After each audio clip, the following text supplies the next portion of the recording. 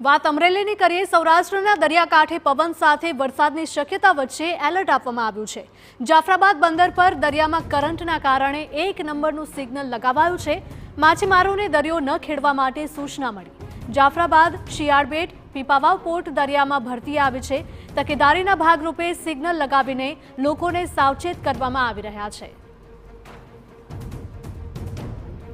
તો અમરેલીમાં ખાસ કરીને સૌરાષ્ટ્રના દરિયાકાંઠાના વિસ્તારોમાં એલર્ટ આપવામાં આવ્યું છે।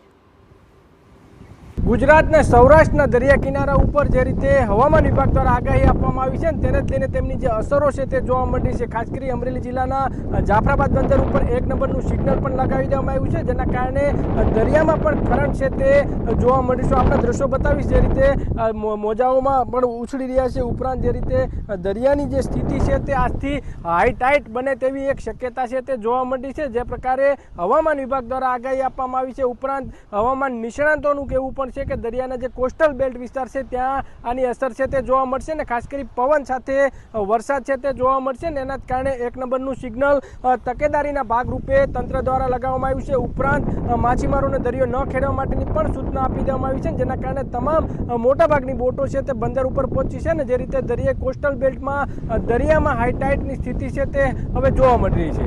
જયદેવ કાઠી, TV9, જાફરાબાદ।